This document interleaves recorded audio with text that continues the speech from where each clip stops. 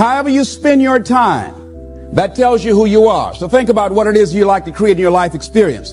Once I look at how you commit your time, once I do an evaluation on how you spend your time, I can tell you exactly what you're committed to. People that say they have dreams or want to open a business or want to do something differently than what they're now doing, they don't like their jobs, they're unhappy, they're unfulfilled. People who say they want to improve their income level, to start in a little storefront, a little hole in the wall.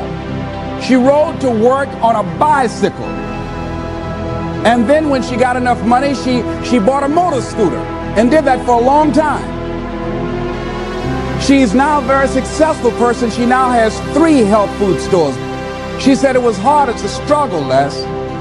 She said, but I did it. She said, I made the commitment to do it, and I did it. Why is it that people are frightened by commitment?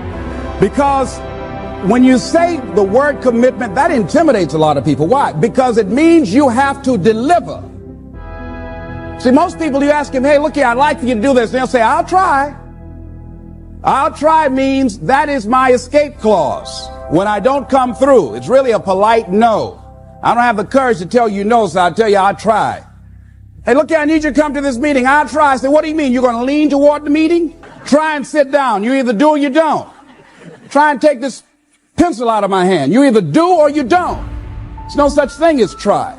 So most people like to use that language. They don't want to commit themselves because commitment means, among many things, no excuse is acceptable.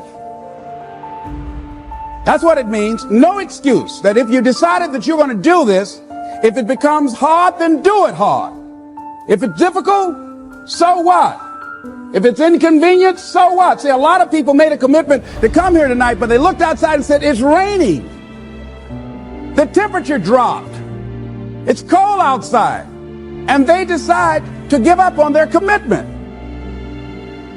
And that's how people do about their dreams. They don't honor their commitment to themselves. Let me tell you what happens when you don't keep your commitment. Number one, it begins to deplete your self-esteem and it erodes your self-image. It weakens your faith in yourself. You don't feel good when you don't keep your commitments.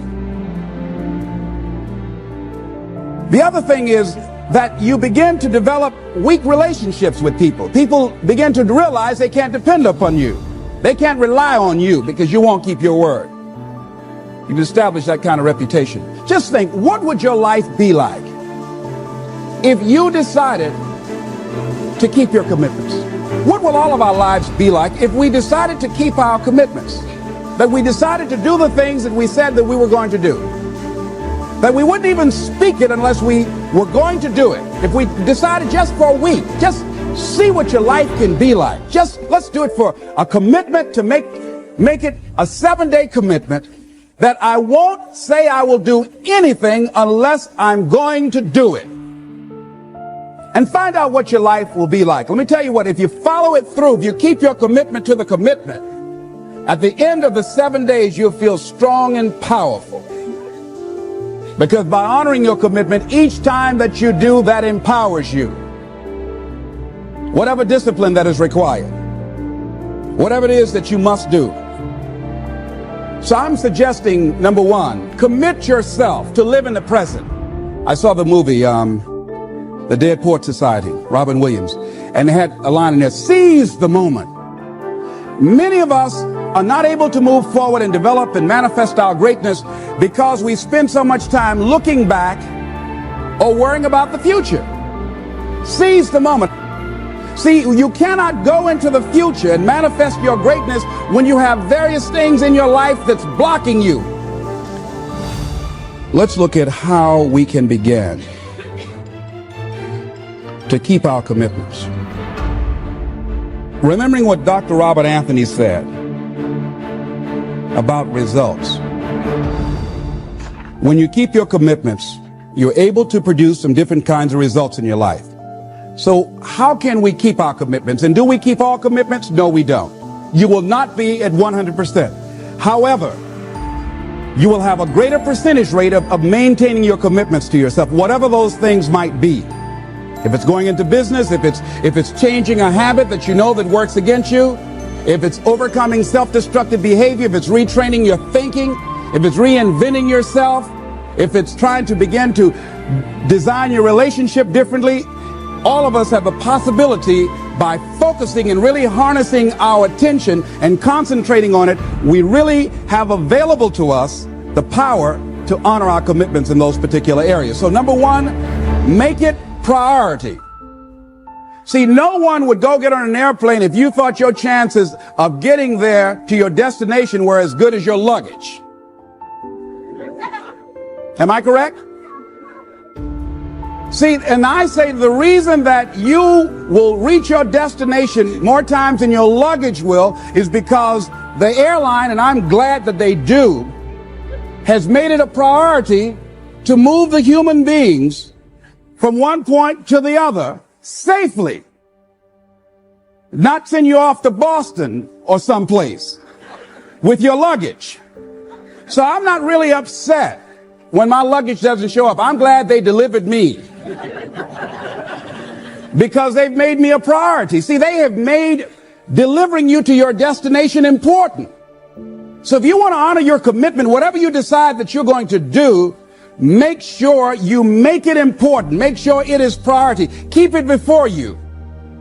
The other thing is, whatever that you want to do, whatever you want to begin to create and beginning to manifest your greatness and strengthening your level of commitment, and it's really exercising your will, find something that you want to do on your goal, one action step, but make sure it stretches you, that it challenges you, but it's doable, that you can do it. This year I decided that I was going to exercise. So I started out doing just 10 setups and 10 push-ups. I know I can do that and not get upset about it. I can do that without thinking. So I started out small. Now I'm up to 50. But if I try to do 50 starting out, I wouldn't still be doing it. So I started doing it in manageable segments. Do that. And that strengthens your will. So my commitment now is strengthened and fortified by the activity of actually doing it. So now I can expand and build from there. When I decided to begin to manage my money differently, and I started saving 5% of my money, then I increased it to 10%, then to 15%. So now I have disciplined myself to live off 75% of my income. I took discipline to do that, but I started watching how I was spending my money. I started keeping a log and following myself. So you want to begin to find something that is manageable, that you know that you can do. The next thing, in beginning to keep your commitments to yourself, have some friends that will hold you accountable, that won't let you off the hook, that won't tolerate anything less than the best from you. People that will support you in this new way of being, in this new state of consciousness. The other thing is that important is have a contingency plan. See, many times when you make a commitment to do something, there are some other variables that will happen that you can't control or you perhaps did not think about. So you want to have some other plans going on. You want to become creative. See, most people don't keep their commitments because when something goes wrong, they just stop. They don't have a contingency plan. So they don't know what to do next. Start being creative. If you challenge yourself, many times we say, I don't know what to do. And I always ask myself, but if you did know what to do, Les, what will it be? That activates another part of my mind. I start thinking about the possibilities and just experimenting. But many of us just stop dead in our tracks. I don't know what to do. You do know what to do. You've got genius in you. Challenge yourself, push yourself, make yourself come up with something. Use your imagination. And what you will find is that you know more than you realize that you know. That you're more creative and more resourceful than you realize that you are. And as you do that, the more you do it, the easier it will become. At first, it's going to be a struggle. And after you get into a certain level of consciousness, you will ask yourself, how is it that I didn't see this before? At the level that I'm managing my business now, they say consciousness is what we are. I literally look at myself and say, how is it that I didn't do this before? Why is it that I couldn't see this before? And the reason that I didn't see it before, because I didn't challenge myself. I didn't put myself out here. See, the reason that most of us go through life never discovering our true greatness, literally walking, breathing corpses, the uncommitted life isn't worth living. Why? Because it doesn't produce anything. See, you only make things happen. Your life only counts. You only make a difference when you are committed. When you make a commitment with your life. That's the people that make a commitment with their lives. The people that make a commitment to their customers. The people that make a commitment to their families, to their relationships, are the people that make the greatest impact in life. What is commitment? Commitment is the salesman who says, look here, I'm going to make $1,000 today and I'm not going home. You can turn the lights out. The janitors could be here running the vacuum cleaner. I'm not leaving here till I do it. I used to be a door-to-door salesman. I had X number of TVs. I had a minimum amount that I knew I had to sell every day in order to provide for my mother, who was ill at the time, who had lost her job at the M&M cafeteria because of arthritis. And I said, I'm going to go door to door, and sometimes I would not come home until 1 o'clock at night, knocking on people's door, people closing. What do you want? Would you like to buy a nice working month's television set, no money down? No. What about an Emerson TV? No. Thank you very much. Do you know anybody else that would be interested? No. Thank you very kindly. Knock on another. Hello. Would you like to buy a nice working television set, no money down? No. Get away from our door. Thank you very kindly. Do you know anybody else would be? Yeah, my cousin. He lives 2 doors down. Thank you very kindly. I tell him you sent me. When I hey, your cousin told me that you wanted to buy a television set, told me to come here and talk to you, we got a special discount for you. Yes, come in, I'm interested. I would just keep right on. I would not go home until I did it. It's an interesting thing, ladies and gentlemen, that when we put ourselves in a situation where we say we're going to do it, it puts you in another zone where the universe responds to you. When you have that kind of consciousness, see, the universe responds to the man or woman that refuses to be denied, because that is your commitment. That business that you want, that book you want to write, that dream that you have of controlling your destiny, that is yours. That power to create that and to manifest that is yours. That's available to you. But you've got to be willing to stand there and face disappointment, not have support.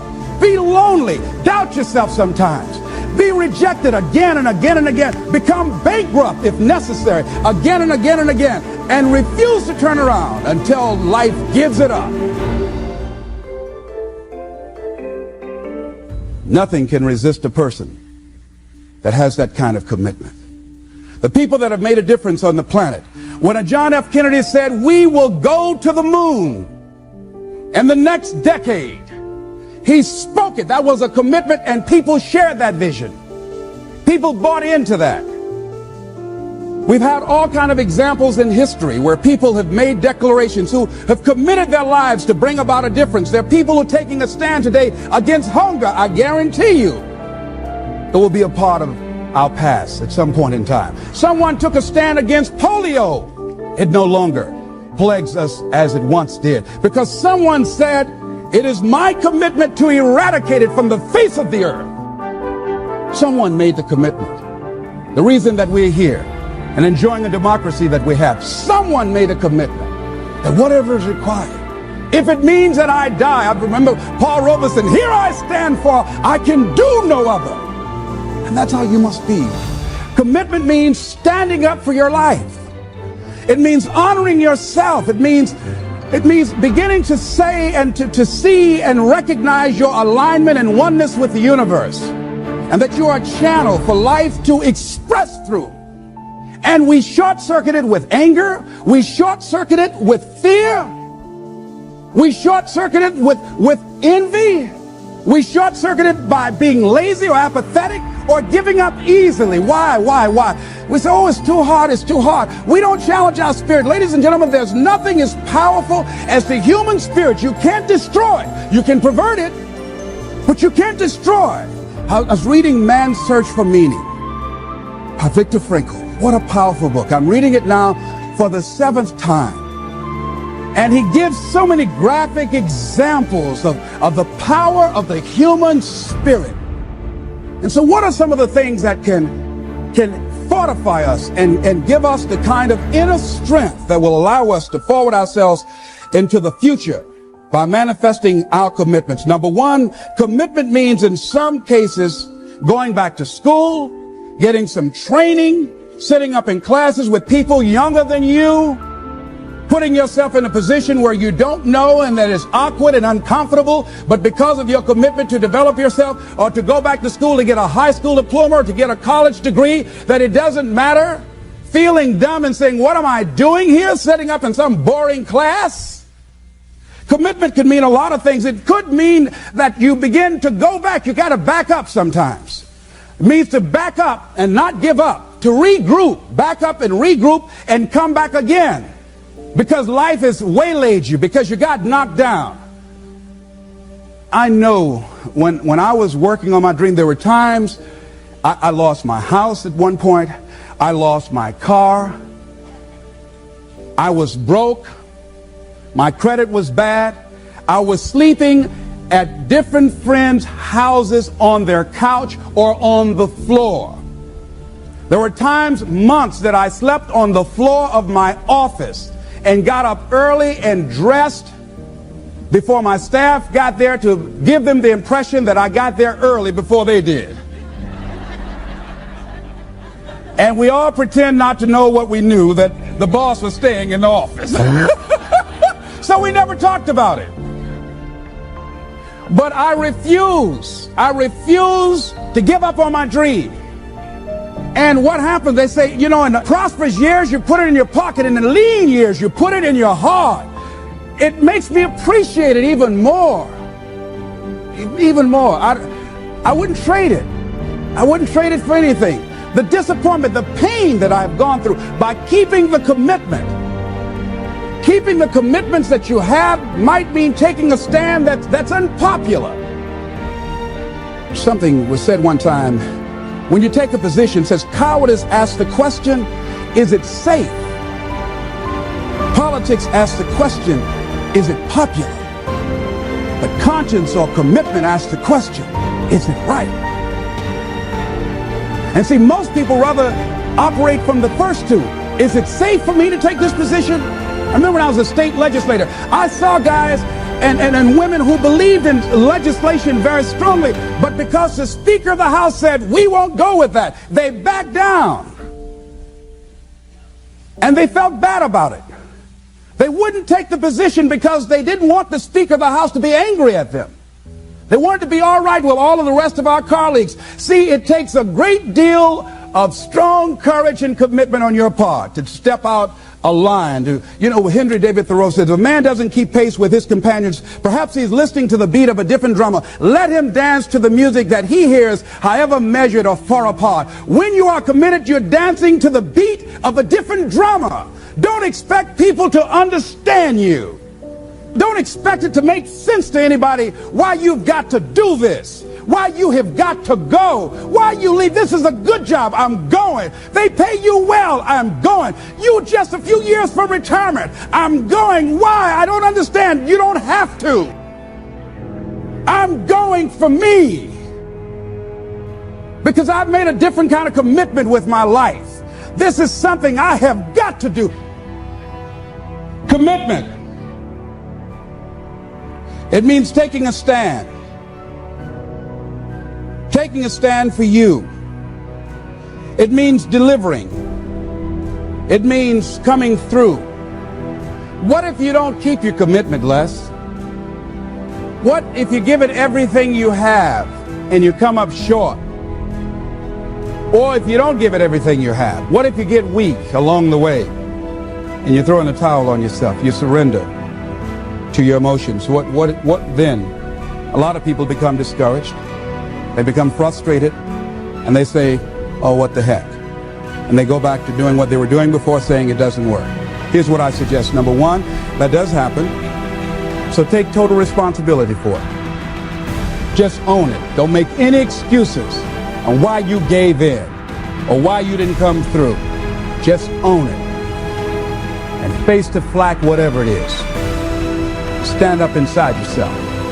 Next thing is, assess the situation. How did you get here? What happened that you broke down, that you had a breakdown and you surrendered? What happened? What was going on? See, when I used to go on a diet, and I no longer do that, I've made a commitment to a healthy lifestyle. I used to eat up until 12 midnight on Sunday. Anything that wasn't moving. And on Monday, I would get up and eat a fruit, get a light fruit breakfast. And for lunchtime, I would fix some broiled chicken and meticulously peel the skin off and eat the chicken and then eat the skin.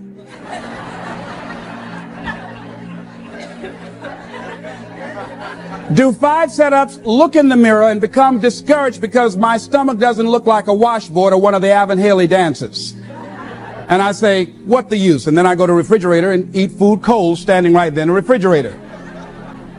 So when I evaluated where I broke down, I realized I can't have junk food in the house. So I had to remove that. And then I realized there are certain streets I couldn't drive down.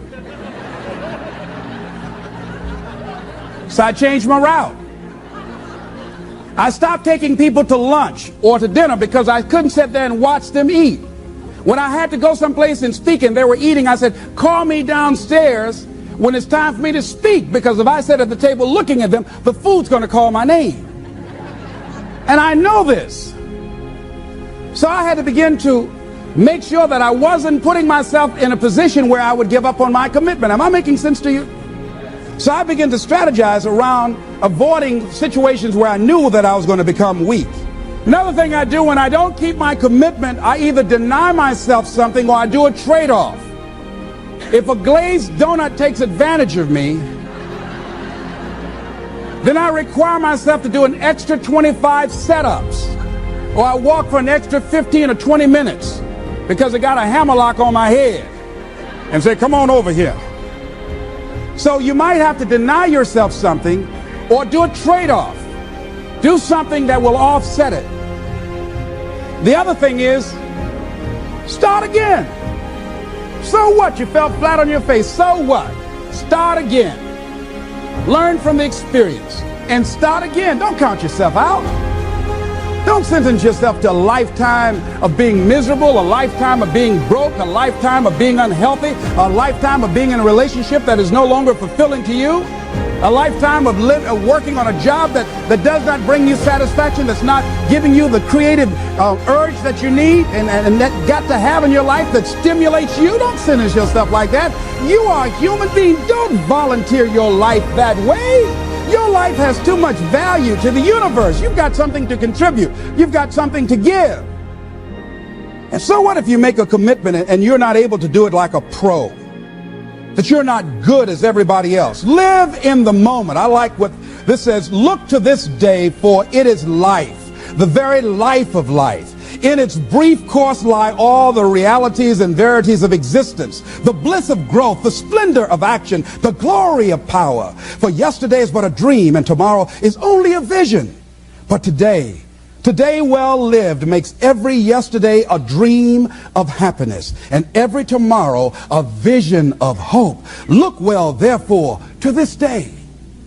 See, if we just start enjoying where we are, if we make that kind of commitment, to enjoy where we are, to experience the experience of life where we are, to do all we can right now where we are. Forget about the mistakes yesterday. Forget about all your failures yesterday. Forget about what you don't have. That's not important.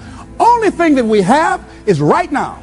Right now, right now. And I say that life is calling on you to call forth on that. The optimists, which I think one of the most positive groups in the world, they have something called the Optimist Creed, and I like, it says promise yourself. I changed it to commit yourself, because I think that commitment has more power than promise. It says commit yourself to be so strong that nothing can disturb your peace of mind, to talk health, happiness, and prosperity to every person you meet, to make all your friends feel that there is something in them, to look at the sunny side of everything and make your optimism come true, to think only of the best, to work only for the best, and expect only the best, to be just as enthusiastic about the success of others as you are about your own, to forget the mistakes of the past and press on to the greater achievements of the future.